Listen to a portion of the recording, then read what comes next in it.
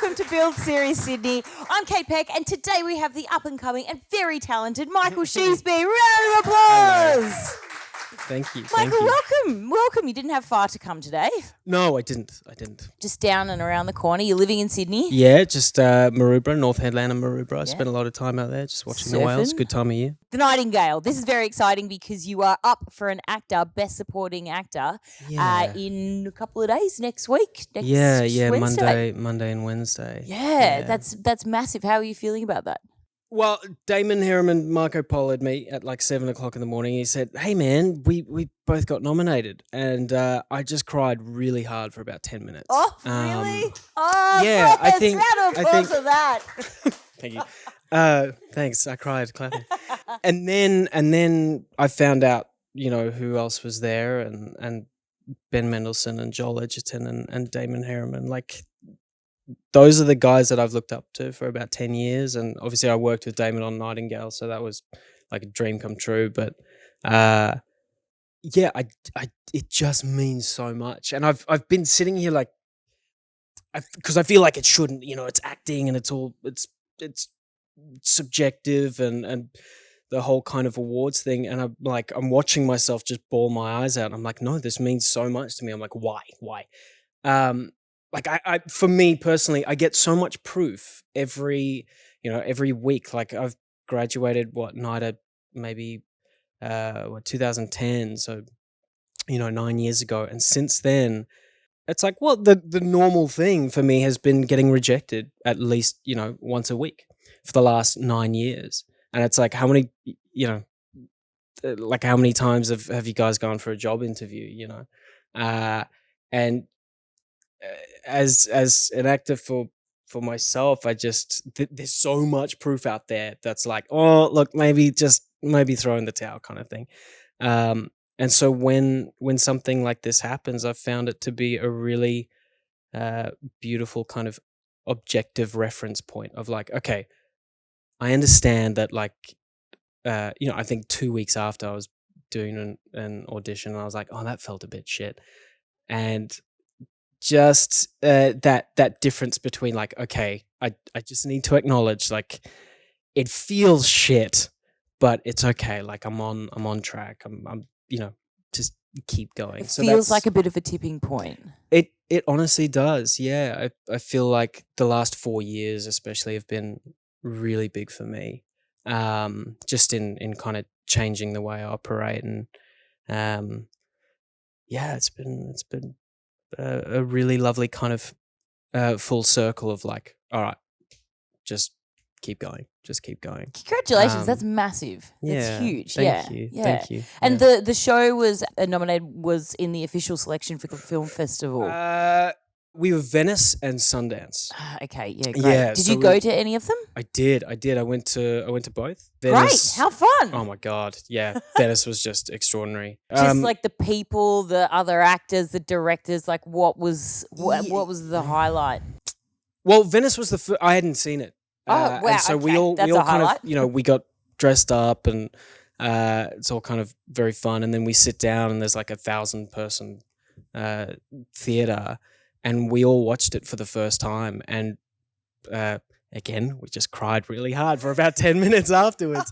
And it was just so special to be with that family. I think because we went through, and I'm only in a certain portion of the film, but what we went through in filming that portion, we went through a lot together. And so to be, 2 years later, sitting there going, wow, that's. We made something, and it's something that I'm really proud of. And it was creatively the most fulfilling experience I've had. You played the husband of the main character. Yeah. So I mean, the film itself is pretty graphic, and you had quite a few walkouts as well. Yeah. Every time I've watched it, I think 3 times, 3 different festivals now, and there's yeah. Oh my God, There's that is epic. Always people walking out, yeah. So did your mind blow when you first watched it for the first time? Is it what you were expecting, or what's it like to set eyes on it for the first time? Honestly, I wasn't surprised, but that's because of the writing. Like I remember sitting in bed and I read it and I sat up and just went, oh, like that's it. And I emailed my agent straight away, and I just went, I will play any role in this film, like anything. And because it just starts with the writing. Like when the writing is that good right from the start, it's the best foundations to set up, something that I think is going to be of substance and quality. And Jen just set such a high standard right from the start, and then she surrounded herself with people who just set such a high standard. So it was, it's an amazing experience. So coin or writing. If there's a crap movie with a bit of shitty writing but lots of coin, do you take it? It just depends on the coin. Everyone's got a price. I mean, yeah. Well, you were also in Hackshaw Ridge. That was also fantastic writing as well. That was an entirely different process, but that was the process that I think that was the straw that broke the camel's back, actually, for me, because I'd had a lovely connection with Mel Gibson, in that when I met him, I'd just come from hospital, and he was like, what have you been doing today? And I was like, fuck, I'm just going to be honest. So I was telling him a story about my friend who he ate a slug when he was 21 and he was paralyzed. Oh my God. Yeah, That's a thing? rat worm lung parasite. It burrowed through his brain, and yeah. So yeah, and Mel was just incredibly generous with his support of that, in terms of like he was sending me doctors' names and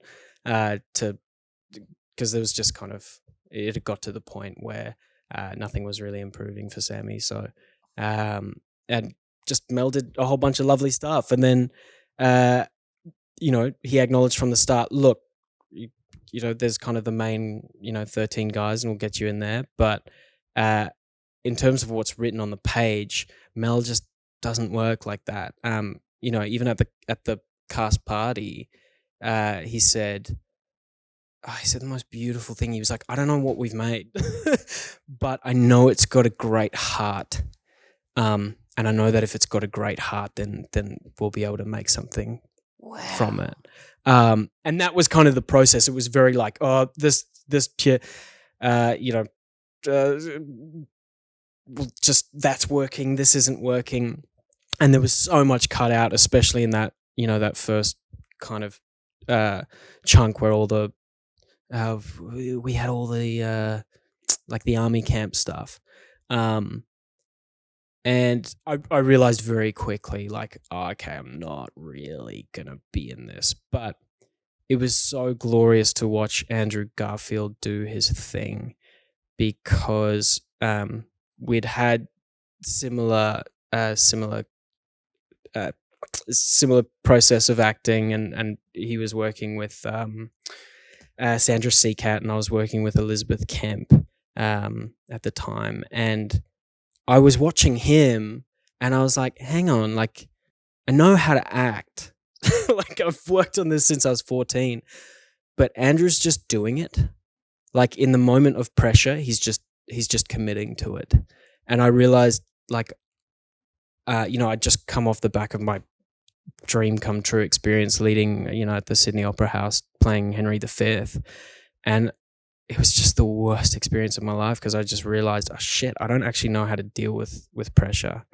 Like, I don't know how to cope with, like, no one's ever spoken to me about this. There's no manual for it. No. And there I am training at NIDA and stuff, but that's probably the best manual you can have, really. Well, that was kind of like the acting technique stuff. But when it came to, crunch time, I just got really annoyed. I was like, man, if I was at like a sporting institute at the same level, that would be something that's, all the kind of sports psychology stuff. And so I kind of realized, like, there's a real piece missing here. And when I was on the Hacksaw set, and I was like, man, like Andrew's killing it. He's amazing, and he's humble, and he's the most generous person on set. And I was like, man, like I would just love to do that one day. So did you learn something? Was he able to impart something from Mel as well? I started investing in, privately in some really wonderful external accountability. Angela Ford was a massive turning point for me working with her, but worked with a lot of people, both in the kind of performance mindset, but also like, who are the people who are coaching, my heroes? And I was like, oh, okay, well, they're really expensive. So I was like, okay, well, I'll just, stop doing the kind of unnecessary stuff in my life. And like going to the discos on no, the blue light the discos slowed down Oxford enormously. Street to the side. With the Beresford alone on a Sunday afternoon. Yeah, and then I just started working with the people that really inspired me. And what about Mel Gibson? Surely he could have hooked you up with somebody. If he could hook Sammy up with a doctor. The place that I was in, I was sitting there going, man, like, I'm here with Andrew Garfield, Mel Gibson, and I'm still not happy. Like, I'm still watching myself kind of be closed up on set and not just not giving what I've spent the last 10 fucking years training to do. So that was the kind of moment I went, nah, screw it. Like, I just have to start doing it my way, kind of thing. And then 2 years after that, I was on set for Nightingale working with Jen, and I was like, yeah, I'm just home. Yeah, like, and then this year you've had two TV series and a pilot, so things have been busy. This year's I forgot about it. So do you think that comes really from Nightingale, or is it just you finding your own now? Are you really immersed? I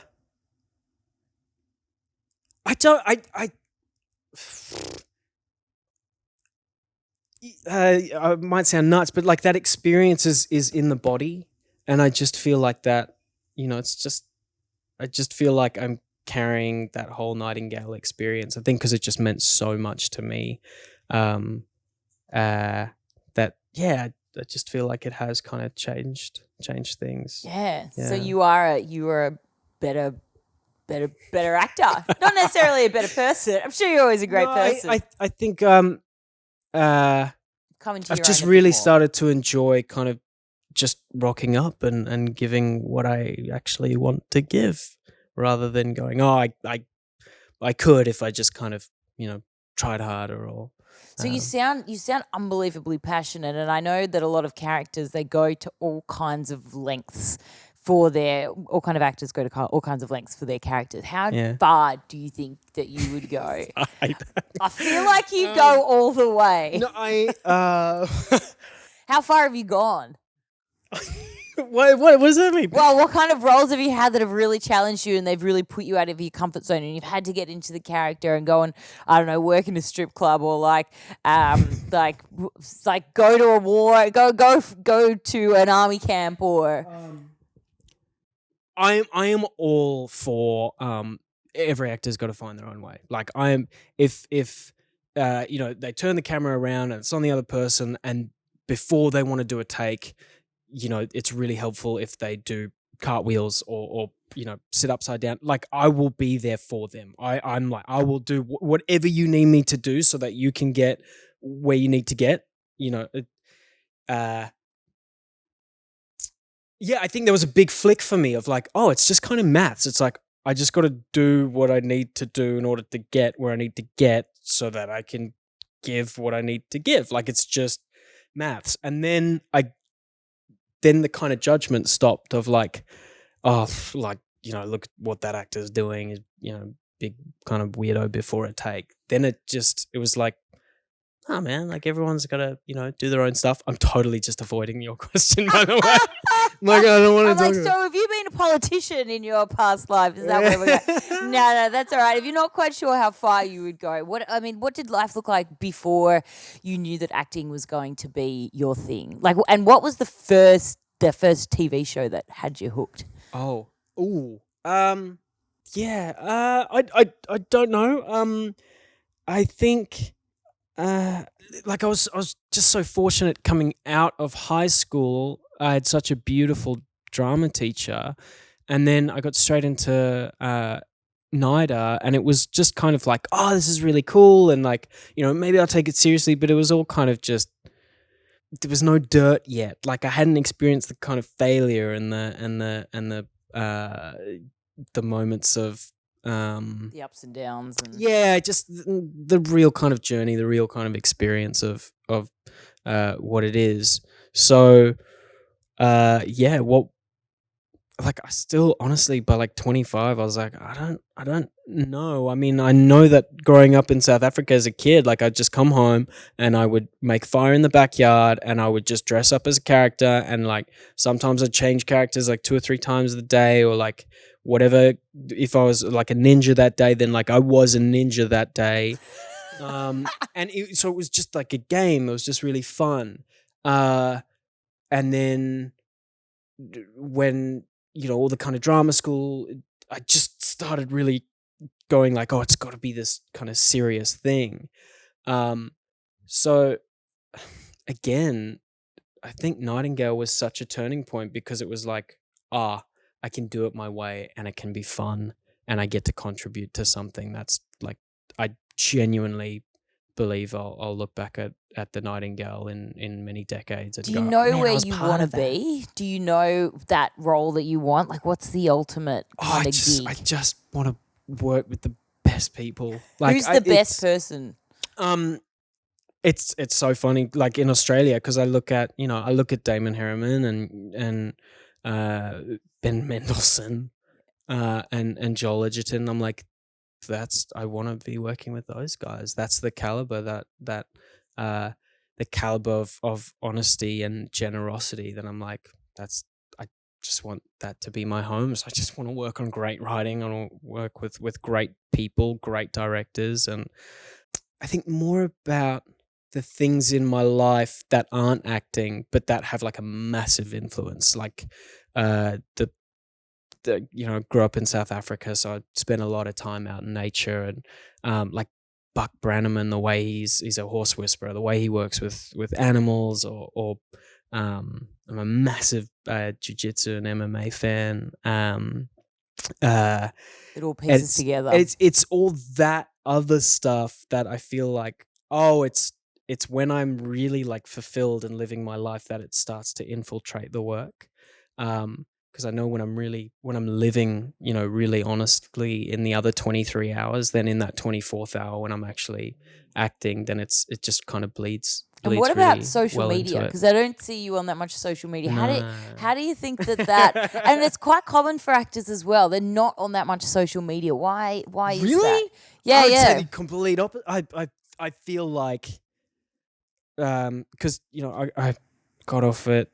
That was a big turning point. Was like, all right, I'm gonna switch everything off and I'm gonna start focusing on you know what I'm doing and actually taking responsibility for it and being accountable to it. So social media, why did you go off it in the first place? Was it interrupting or consuming or? Yeah, I went, I'm just gonna measure how much time I'm spending on it. And this was like 2014, so the old school days.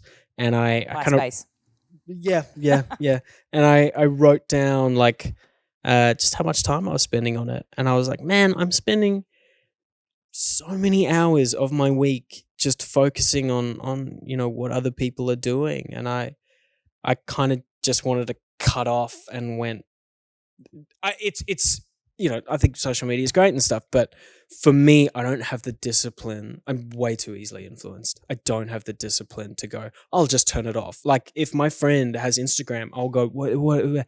And because I haven't seen it in like 4 months. So I'm just like, oh, what's going on? For the gram. I get it. It's this generation anyway. Yeah. We're all crackheads for the gram. Okay, we've got some questions, some audience Q&As. How do you strike the balance between your craft and personal life? I'd love to have a beautiful answer to that, but the reality is like, man, when we're filming, that, waking up at 4:30 and back home at 8, and it's like, there is probably no balance. Like a bath. Yeah, like a that's bath. your bath balance. Yeah. So when you say you're into nature, what do you do out? Like, do you have any hobbies, or is it walks, or is it? Yeah, just the horse riding and the I got a few. I've hoarded friends who have properties, and I spend every kind of month or two I'll jump up to someone's property and just hang out and do some work where it's not subjective, where it's like, no, I need to fix the fence post, like I just have to. That's my goal for the day. Yeah. TV or film, they're so different from a production point of view. What do you prefer? For me, film, so far what I've experienced just kind of caters more to what I really love, which is just two people having an honest conversation, and TV, but really being able to take the time to go, no, we're going all out. We're going to make sure that we get there, like working with Jen, where it's like, no, we're not moving on. And, people are in the ear going, no, we need to move on. And she's like, no, go again. It's like take 17. Just because, setting that standard. Whereas TV, from what I've personally experienced, it hasn't really. Don't have that luxury. I haven't really experienced TV where there's been a lot of time for on-set process. I hope I do. Yeah, totally. Yeah. What are some of your favorite actors' most memorable performances? I think Philip Seymour Hoffman, in anything he does, I think he just rips his heart out. I just adore watching him. Ben Mendelsohn in Bloodline, I was just such a massive fan of him there. Daniel Day-Lewis, There Will Be Blood. Oh no, we've got you started. Yeah, now it's gonna flow. Yeah. But yeah, it's when I just see someone really kind of going, I'm gonna make this sacrifice, like I'm gonna give over that honest piece of myself to the camera. I just fall in love with that. Takes it. All right, Michael, that's all we got time for. You have Thank been you so much amazing. for having me. No, thank you. And thank you. we'd all like to wish you so much luck at the AACTA next week, because we're crossing our fingers and toes. You're going to kill it. Guys, make sure you follow along Michael's journey, because it's going to be a cracker. We'll see you next time on Build Series Sydney. Thanks for Bye. having me. Thank you.